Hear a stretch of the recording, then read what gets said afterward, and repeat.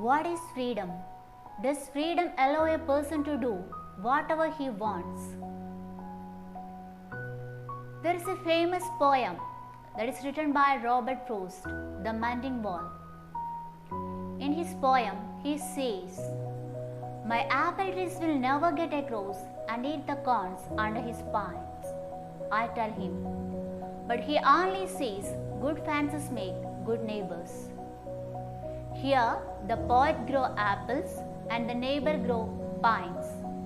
So why there is a wall amidst? It is unnecessary according to poet.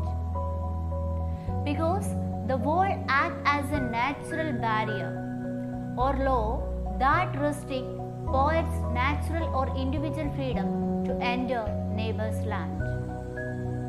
So the poet is questioning the need for a wall, the need for a law that restricts human freedom. The wall is against natural freedom. The wall is against nature. So every year, nature is trying to destroy the wall. The stones are dislocated, the gaps are appearing, but they are repairing the wall again. So the poet is asking why there is a need for a wall.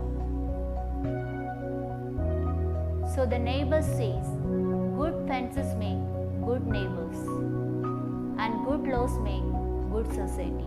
The poem demonstrates the relationship that exists between individual freedom and social responsibility. Does freedom allow a person to do whatever he wants? No.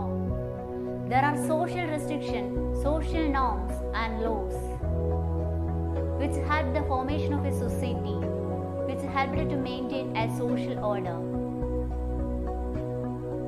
Humans are social animals. They cannot live without a society. Most of their needs are fulfilled through social relations. Society is must for his individual psychological health.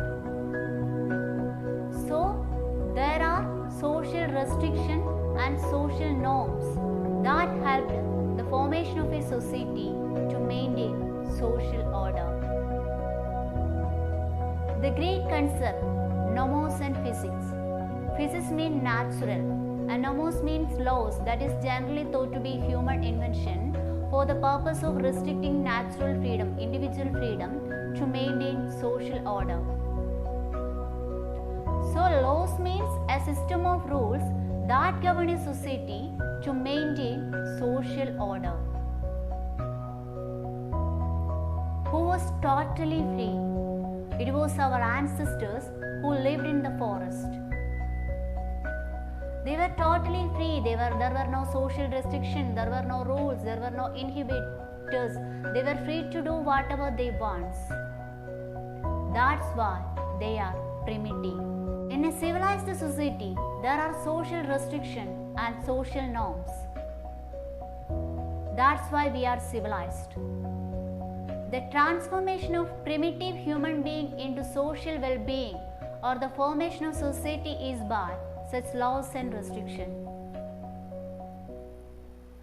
There is a quote by Aristotle. According to Aristotle, if absolute freedom is allowed, there is nothing to stop the inherent evil in human mind. So, if we are living in a civilized society, we must obey the social order, social restriction and laws.